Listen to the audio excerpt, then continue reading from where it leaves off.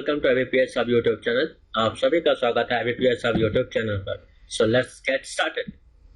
So this is our day 4 of 900 plus vocabs in just 30 days by Vinay Juneja. So now coming to our first vocab of the day, that is flout. And flout is a verb and it means to treat with contemptuous disregard or scorn. मतलब इसका ये है कि किसी को बहुत ही गंदे तरीके से, बुरे तरीके से डांटना, ठीक है ना। और इसके सिनोनिम बनते हैं जाइब। इसका मतलब होता है टू टॉन्ट समवन और स्कॉफ। स्कॉफ का मतलब होता है टू गिव स्ट्रेस और टू गिव डिसरिस्पेक्ट। स्नीयर का मतलब होता है डिसरिस्पेक्ट करना किसी को थ्रू फेशियल एक्सप्रेशन, मतलब फेशियल एक्सप्रेशन दिखा के किसी को डिसरिस्पेक्ट करना। इसके एंटोनिम क्या क्या होते हैं? एंटोनिम्स में हो सकता है इसका लोड, मतलब अप्रेज करना किसी को। यूलोगाइज एक वर्ड है आपके लिए। यूलोगाइज का मतलब होता है किसी को ऑनर करना। एंड एक्सटोल का मतलब होता है एडोर करना। ओके, एंड नेमोनिक्स इसका क्या बन सकता है? It sounds like foul plus out. Okay, take off flout है तो फाउल एंड आउट थोड़ा मिक्स मैच हो रहा है ना इसके साथ।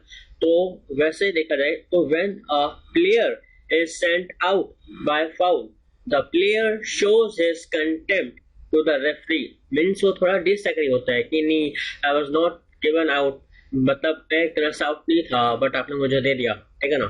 तो उसका मतलब ऐसा मिलता है। तो आप इस वोकैब को ऐसे याद कर सकते हो, foul plus out. Next vocab है पेंचेंट। तो पेंचेंट एक नाउन है और इसका मतलब होता है a habitual attraction to some activity or thing. किसी चीज या किसी पर्सन या किसी एक्टिविटी के लिए आपकी एक हैबिचुअल अट्रैक्शन हो जाए। जैसे कि बहुत सारे बच्चे मतलब सुबह उठा के मोबाइल चलाने लग जाते हैं, एक अट्रैक्शन हो जाता है, एक एडिक्शन की तरह से। वैसे इसके सिनोनिम बन सकते हैं एफिनिटी, इंक्लिनेशन, एंडाउमेंट। ठीक है, इंक्लिनेशन का मतलब होता है किसी चीज की तरफ या किसी पर्सन की तरफ ज्यादा झुकाव होना। एंटोनिम इसके क्या क्या हो सकते हैं? डिटैचमेंट, एवर्जन मतलब किसी को हेट्रेड करना। अपैथी, सिंपैथी का बिल्कुल एंटोनिम होता है, ठीक है ना। और यहाँ पे अटैचमेंट है एक तरह से दे रखा आपको, तो उसका एंटोनिम हो गया डिटैचमेंट। ऐसे ही बिल्कुल इसमें सिनोनिम एंटोनिम दोबारा आ गए, ठीक है ना। तो इसका निमोनिक क्या बन सकता है? If we remove P it sounds like enchant. हाँ, ये देखो यहाँ पे आपको पेंचेंट दे रखा है, तो अगर आप पी को हटा दो, एंचेंट को देखो, तो एंचेंट का मतलब होता है to chant someone like a god, ठीक है ना।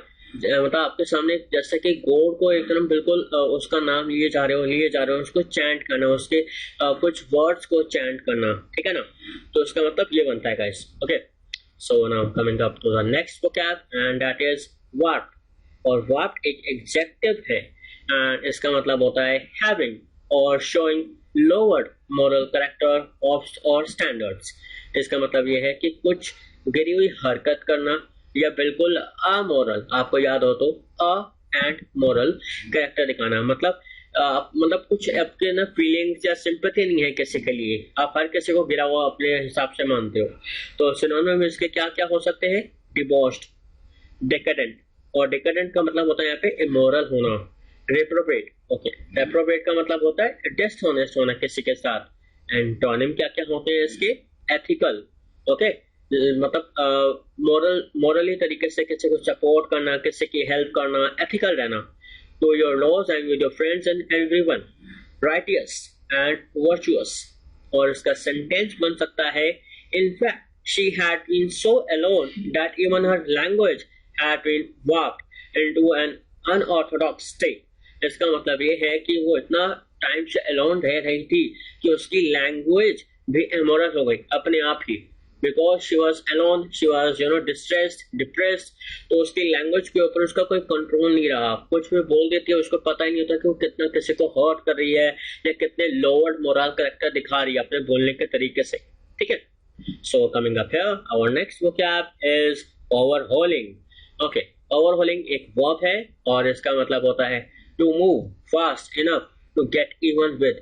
मतलब आप जैसे रेस कर रहे हैं, ठीक है ना, एक बंदा आपसे बहुत आगे है तो आप अपने आप को, अपनी स्पीड को फास्ट करते हैं ताकि आप उसके साथ एटलीस्ट आ पाए और आगे जाके उससे फास्ट मतलब फर्स्ट हो पाए, ठीक है ना। तो सिनोनिम इसके क्या क्या हो सकते हैं? परसुइंग, किसी चीज को परस्यू करना है, किसी थिंग को या किसी पर्सन को। And surpassing, to pass something, okay, जैसे आप टेस्ट में है तो आपने किसी एक पर्सन को पास करा, उससे आगे चलेगा तो उसको सरपासिंग कहते हैं। And catching up is the same thing with the surpassing. And antonyms के क्या क्या हो सकते हैं? फॉलिंग शॉर्ट, मतलब जो आपको एक चीज चाहिए इतने तक मुझे पहुंचना है, अगर आप उससे नीचे जा रहे हैं और नहीं पहुंच पा रहे हैं तो you are falling short. And foundering and skidding, तो इसका सेंटेंस बन सकता है they had to overhaul their original plans, जो उनके प्लान्स थे उनको उस चीज को जल्दी से जल्दी करना पड़ा, ठीक है ना, ओरिजिनल प्लान्स को।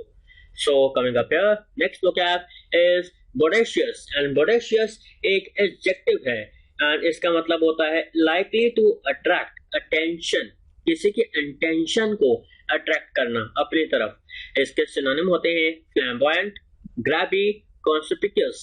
एंटोनिम इसके हो सकते हैं unpretentious, subdued, obscure।